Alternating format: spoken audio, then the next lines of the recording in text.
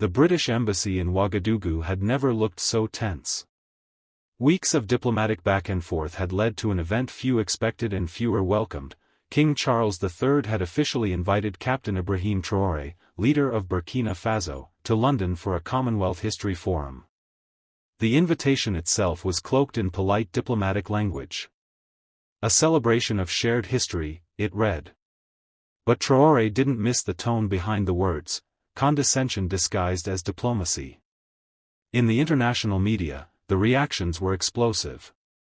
"Will Traoré bow to the British crown?" asked a BBC panelist, mockingly. "He doesn't belong in those rooms," tweeted a prominent conservative commentator from the UK.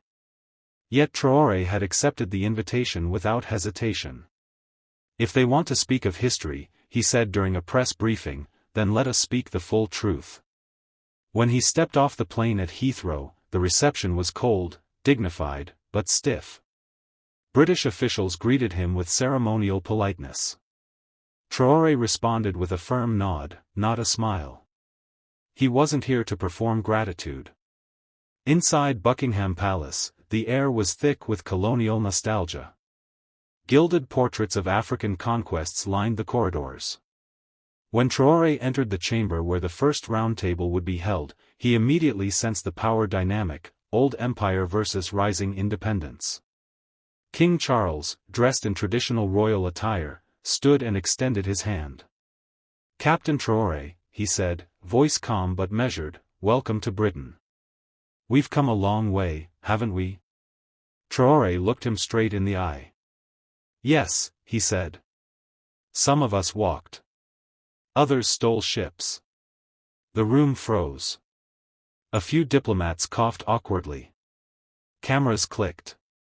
King Charles forced a smile. "I suppose we'll be speaking frankly today." "I don't know any other way," Traoré replied. Outside, crowds had gathered.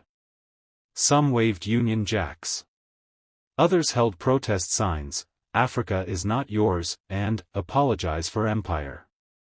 The stage was set. And the world was watching. The round table began with practiced civility. Crystal glasses clinked, aides passed silver trays, and historians from Oxford and Cambridge introduced the day's topic, the legacy of the empire, civilization, cooperation, and conflict. King Charles took the first turn. "Our past," he said solemnly, "is not without blemish. But through colonization came infrastructure, literacy, law. We brought civilization where there was once chaos." Traoré didn't flinch. He folded his arms and waited. When the king finished, the moderator, a respected academic, nodded toward the Burkinabe leader. "Captain Traoré, your thoughts?" Traoré leaned forward, voice calm but heavy. "You speak of civilization as if it were a gift. But gifts are not taken by force." He glanced around the room. "Your empire didn't build roads for us, it built roads to your ports. It didn't teach us law, it enforced obedience. You drained our land, rewrote our names, erased our languages. And now you wear the jewels of our ancestors on your crowns and call it culture." The tension was thick enough to cut with a knife. A few British officials exchanged nervous glances. One historian began to interject, but the moderator silenced him. King Charles took a deep breath. "You make strong claims, Captain. But without the institutions brought by Britain, where would Burkina Faso be today?" Traoré's eyes narrowed. "Free. Maybe poorer, maybe slower to industrialize. But free." The king sat back. "You're forgetting the violence within your own borders. We didn't invent tribal conflict. And yet you mastered it," Traoré shot back. "You didn't stop division, you fed it, armed it, profited from it. You wrote divide and rule in ink and blood." The silence was deafening. The moderator quickly moved the discussion forward, but the tone had shifted. Traoré had not come to flatter or perform. He came to reclaim the narrative. Outside, protesters erupted in cheers as news of Traoré's words spread online. Clips hit social media within minutes. He said what needed to be said, one tweet read. Another simply said, Traoré didn't come to tea. He came to testify. By the next morning, London was divided. Headlines exploded across newspapers and digital media alike. Traoré challenges the crown. Stolen gold, stolen glory. Burkina Faso president schools the king. At Buckingham Palace, the mood was less poetic. Charles stood in his private study, reading the Times with tight lips. Camilla entered quietly, observing his clenched jaw. He embarrassed me, Charles muttered. In my own house. Camilla raised an eyebrow. Or perhaps he simply told the truth. The king didn't respond. He was watching a clip on his phone now, Traoré's piercing stare, his calm dismantling of centuries of royal mythology. Every word struck deeper than protocol allowed. Meanwhile, Traoré walked the halls of the old empire with quiet precision. He wasn't smiling. He wasn't gloating. He was thinking. His aide, Malik, approached with a tablet. You need to see this, Malik said. Traoré glanced at the screen. Over 12 million views. His remarks from the summit had gone viral across African youth networks and international outlets. Even Al Jazeera, CNN, and BBC Africa ran segments titled The Return of the Voice, when the empire was confronted. Traoré said nothing at first. Then, quietly, we're not here to make enemies. We're here to end silence. In Parliament, a debate was ignited. One MP demanded an apology from Traoré for disrespecting a monarch. Another, a Nigerian-born member, rose and said, if telling the truth about colonial theft is disrespect, then we should question what we've built our pride on. The palace issued no official statement. But Charles summoned his private press team and asked a simple question. How do you counter a man who speaks without fear? No one had a clear answer. Later that evening, a BBC host invited Traoré for a televised interview. The anchor tried to corner him with a question dripping in diplomacy, do you regret the way you spoke to His Majesty? Traoré's reply was measured, soft, but sharp. I regret only that we waited this long to say it. The BBC interview spread like wildfire. Clips circulated across TikTok, X, and YouTube Shorts with bold overlays. He said it to the king's face. This man just called out 400 years of silence. At Oxford, students gathered in impromptu forums to discuss colonialism, not from textbooks, but from the words of a living leader. In Lagos, Nairobi, and Johannesburg, cafes buzzed with conversations about gold, dignity, and the rewriting of history. But not everyone applauded. At 10 Downing Street, the Prime Minister was less than amused.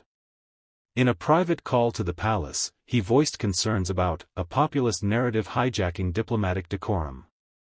Charles responded coldly.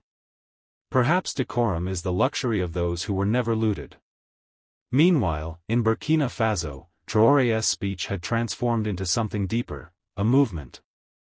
His government announced the creation of the Gold Restoration Audit, a multinational commission to investigate mineral wealth taken during colonial rule. Scholars, economists, and legal experts from Mali, Ghana, and South Africa joined in solidarity.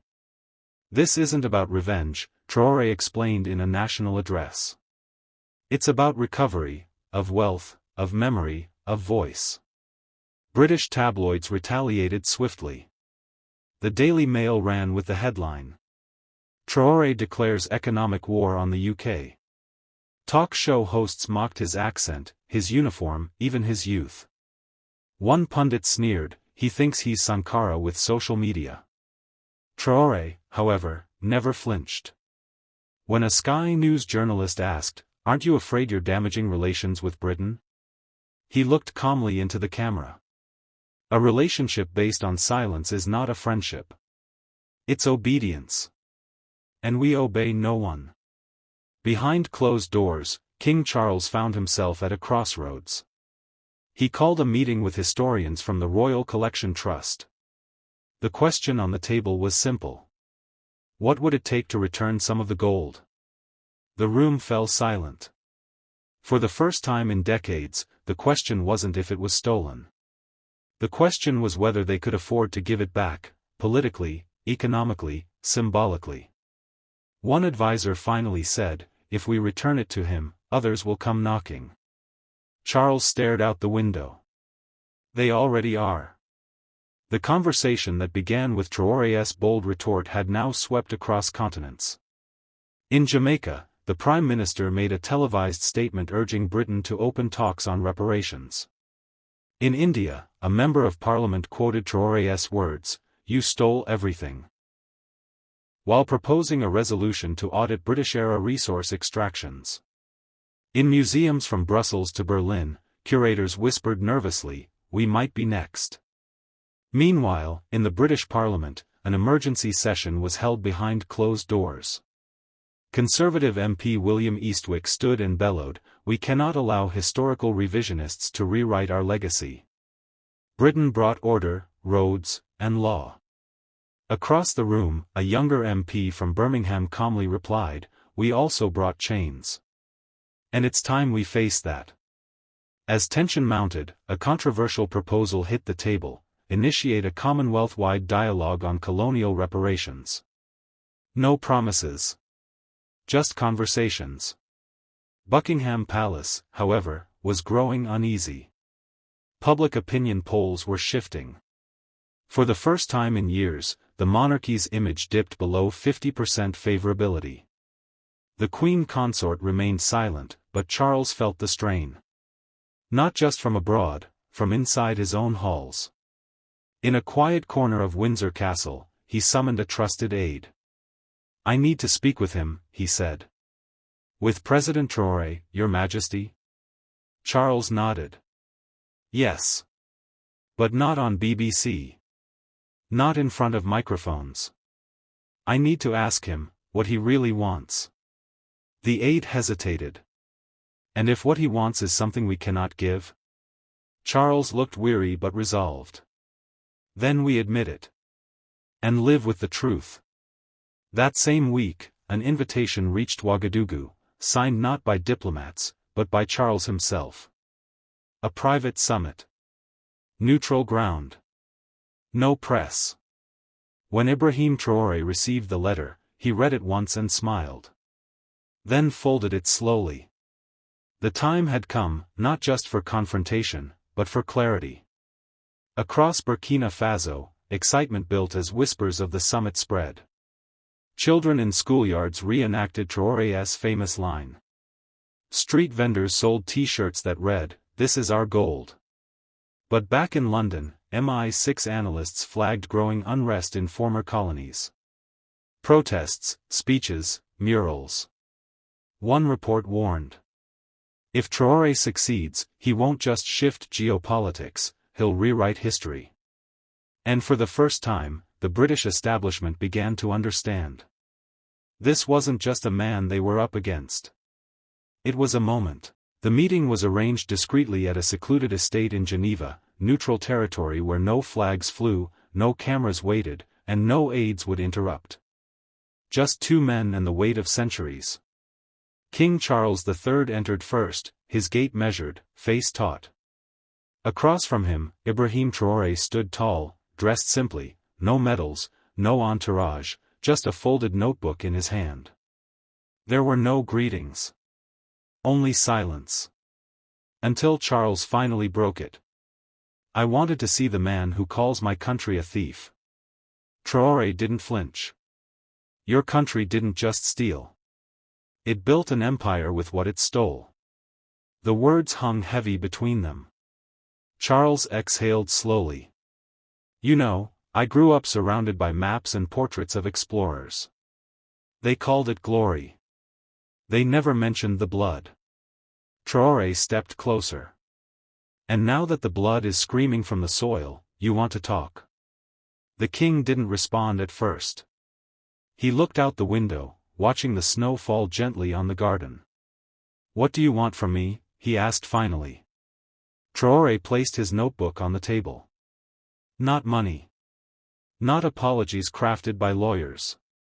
I want acknowledgement. In front of the world. From your lips. Say what happened. Charles narrowed his eyes. You want me to dismantle Britain's entire self-image in a sentence? No, Traoré said. I want you to tell the truth.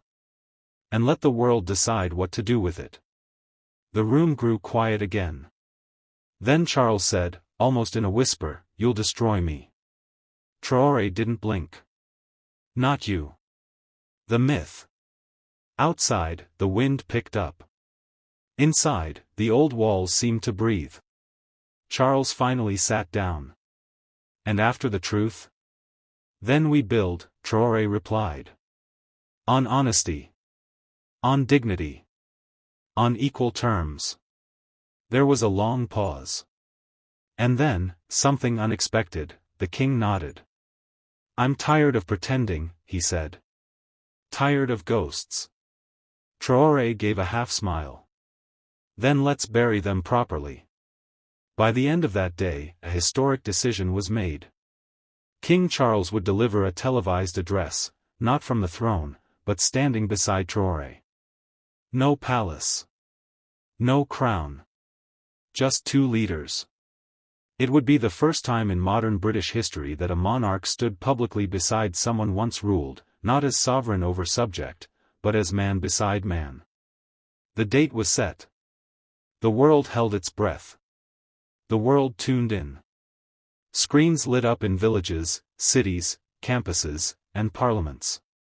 From Accra to Auckland, from Toronto to New Delhi, millions watched as two podiums appeared side by side, one bearing the royal seal, the other blank. There was no orchestra. No national anthem. Just silence. Then King Charles stepped forward. My name is Charles, he began. I am a descendant of kings who ruled over a global empire. An empire built not only on ships and trade, but on conquest, coercion, and exploitation. Gasps rippled through the viewing public. In royal halls and military rooms, jaws tightened. But Charles pressed on. For generations, Britain extracted wealth from lands it did not own. We took gold, labor, identity, and stories. And too often, we gave back silence. He paused. Then gestured toward Traoré, standing beside him. President Ibrahim Traoré of Burkina Faso reminded all of us, that truth delayed is justice denied. Cameras panned to Traoré, standing still, arms folded, gaze steady. He didn't speak. He didn't need to. Charles was doing what once seemed unthinkable, unraveling a narrative that had held for centuries. I cannot change the past, Charles continued. But I can acknowledge it. And I do. Britain stole. And it's time we start giving something back. The world went still. And then erupted. In Africa, crowds poured into the streets. Not in rage, but in astonishment. In Brazil, indigenous leaders wept. In South Africa, students hugged each other on campus lawns. In London, reactions were split. Some praised the king's courage. Others called it treason. But Traoré? He simply turned to Charles and extended his hand. You just reclaimed your own humanity, he said quietly. That moment, two hands, one dark and one pale, shaking before a stunned world, became the photo seen across every newspaper on Earth. The hashtag truth has no crown trended for 72 hours straight. And in Burkina Faso, a new mural appeared overnight across the Ministry of Culture's walls. A king without a crown. A soldier without fear. A future without lies. The reaction in Buckingham Palace was immediate. While King Charles had stunned the world with his public reckoning, his own court erupted in quiet chaos. Advisors huddled in private chambers, phones buzzed non-stop, and high-ranking officials demanded explanations. What was he thinking? One lord hissed. Admitting theft? Humiliation on a global scale. Inside Parliament, things were no calmer. Several MPs called emergency sessions. Some labeled Charles unstable. Others argued that the monarchy had finally found a conscience. A small group even whispered about invoking the Regency Act. But the backlash wasn't confined to the UK. In Washington, the White House was caught off guard. The president declined to comment directly, but one senior official muttered, he just handed China and Russia a soft power gift on a silver plate. Meanwhile, media pundits across the Western world asked the same question. Did King Charles go too far? But amid the noise, Traoré remained focused. In a private interview with The Guardian, he was calm, unshaken. This is not about Britain's image, he said. This is about healing centuries of silence. When a wound is ignored, it festers. When it's acknowledged, it can finally start to close. When asked if he thought the apology was enough, Traoré's response was sharp. Words are the beginning. Action is the answer. That week, the Burkina Faso government announced the formation of a new initiative, the Justice Archive Project, a Pan-African alliance to document, research, and demand reparations for colonial exploitation. It would gather data from dozens of African nations and build a case for legal and diplomatic redress. Some European leaders dismissed it as symbolic. But the African Union endorsed it unanimously. And then something unexpected happened. A leaked memo from the British Museum revealed internal panic over anticipated demands for artifact repatriation. Among the items feared for recall? The Asante gold, the Benin bronzes, and sacred manuscripts taken from Timbuktu. Traoré had not spoken a single threat. He had not raised his voice. But Britain's institutions were bracing for a wave they could no longer stop. And in the middle of it all, the soldier from Ouagadougou stood quietly, not as a provocateur, but as a mirror. The reverberations of Traoré's stance and King Charles's confession extended far beyond royal halls and diplomatic cables. Across Africa, something deeper was unfolding, a generational awakening. In schools from Accra to Kigali, students debated colonial history not as passive listeners, but as architects of a new narrative. On social media, hashtags like #restitution_now and #we remember everything trended for weeks. A museum in Senegal displayed a bold new exhibit, The Looted Century. A placard at the entrance quoted Traoré. To return what was stolen is not charity, it is justice delayed. In London, anti-monarchy protests gained new momentum. Young Britons carried signs that read, "Not in my name. Accountability begins at home. The sun has set." Meanwhile, Charles retreated from the public eye. For weeks, he avoided public appearances. Tabloids speculated about his health. But insiders knew, he wasn't sick, he was shaken. In a quiet moment inside Windsor Castle, Charles met with his most trusted historian. "I thought truth would bring peace," he admitted, eyes weary. "But perhaps I underestimated how much the world fears honesty." The historian, an aging scholar with years buried in dusty records, responded gently. "Your Majesty, truth doesn't bring peace. It brings clarity. What we do with that clarity, that's where peace begins." Back in Burkina Faso, Traoré faced his own questions. Foreign investors grew uneasy. Some diplomats pulled back from scheduled visits. Critics warned he was risking economic isolation. But the president did not flinch. Standing at a podium in front of his cabinet, he addressed the uncertainty head-on. "Let them worry," he said. "Because for once, they see a nation not asking, but expecting." He continued. "They thought Africa would be satisfied with loans, handshakes, and half-written history books. But we are no longer content with symbolic inclusion. We want truth. We want dignity. And we will not be quiet." Even some of his own ministers looked uneasy. But Traoré knew this was not about approval. It was about alignment, with something older than politics. Justice. And as the world watched, one thing was becoming undeniable. Burkina Faso was no longer just a country. It was a voice. The final moment came not in a royal hall or a press conference, but in a repatriation ceremony unlike any before it.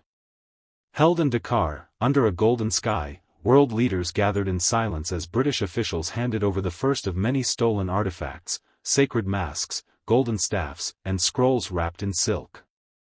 Among them stood King Charles, no throne in sight. And beside him once again, Ibrahim Traoré. The applause was not thunderous. It was quiet. Respectful. Heavy with meaning. Charles turned to the audience and said, "We do this not to erase our past, but to stop hiding behind it." Traoré stepped forward, holding one of the artifacts, a carved lion figurine taken during a colonial raid in 1896. "This," he said, "was not a gift. It was a wound. But today, we begin to close it." The moment was broadcast live in over 50 countries. Tears flowed in living rooms across Africa. In the Caribbean. In Aboriginal communities in Australia. In descendants of empire everywhere. But in some places, London, Paris, Brussels, there was unease. If Britain gave back what it stole, what would France be asked? Or Belgium? Traoré never raised the question aloud. He didn't need to. The seed had been planted. In the days that followed, more announcements came. The Netherlands agreed to return looted art from Indonesia. Germany offered reparations for Herero genocide-era atrocities. A global rebalancing had begun, one sparked not by war, but by a soldier who chose words over weapons. Back in Ouagadougou, Traoré walked through a new museum, the Hall of Return, where artifacts once scattered across empires now stood proudly on Burkinabe soil. A young girl stopped him in the hallway. She held a school notebook, pages filled with sketches of African heroes. "Are you a king too?" she asked shyly. Traoré knelt beside her. "No," he smiled. "I'm just someone who refused to forget." That night, as the city lights shimmered under a starlit sky, a banner hung across the capital read, "We were never silent." The world just wasn't listening. Now, they were. History is not a museum, it breathes, it bleeds, it remembers. For centuries, the world told Africa to forget. To move on. To be grateful for chains recast as partnerships. But Ibrahim Traoré refused. He didn't demand revenge. He demanded truth, and received it from the most unexpected place, a king. Charles didn't fall. He stood taller the day he admitted the crown was forged with stolen gold. And in that moment, both men broke something greater than silence, they broke a cycle. This wasn't just a clash of civilizations. It was a reckoning between dignity and denial. And as two leaders stood side by side, the world was forced to answer a simple question. What kind of future are we building, if we're still lying about the past? Traoré didn't just make history. He made it honest.